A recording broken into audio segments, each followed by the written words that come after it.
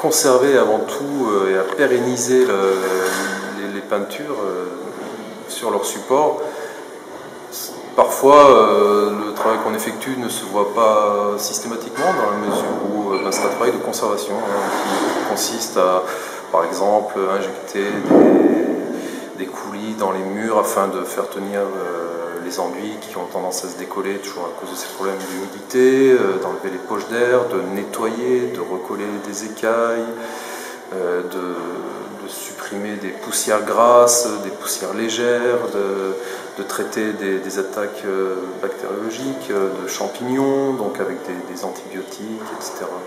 Et enfin, en finalité, nous avons la restitution ou la restauration picturale. Mais ceci ne fait que 20% généralement du reste des opérations. C'est vrai que nous avons l'habitude de travailler dans les églises, principalement ce sont les édifices qui comportent le plus de peinture murale.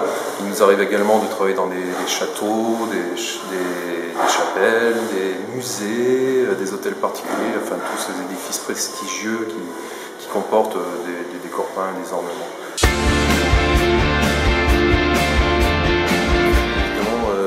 Trois choses, c'est-à-dire que ici, dans ces deux chapelles, ça a été une restauration. On était parti sur une base de peinture très altérée, très ruinée par l'humidité, les infiltrations provenant d'une toiture mal entretenue. Donc on s'est retrouvé avec des écailles et puis des zones lacunaires d'enduit autant que de peinture. Donc on a conservé au maximum les zones de peinture originales et on a restitué les zones lacunaires pour retrouver une unité globale et esthétique de tous ces motifs ornementaux. Voilà. Donc c'est pas le cas dans toutes les chapelles de cette église. La chapelle Saint-Joseph et Sainte-Bernadette.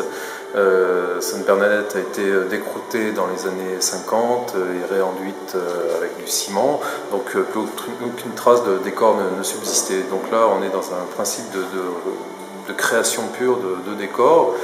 Tandis que dans la chapelle Saint-Joseph, à la gauche du chœur,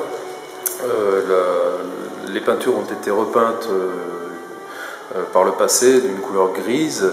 On a pu, en sondant avec des scalpels et des outils adaptés, retrouver en fait la trame du décor, retrouver les ornements, et de sorte on a pu les restituer à l'identique. Voilà. Donc on est vraiment dans trois formes de restauration, à savoir la restauration pure, la restitution et la création. Voilà.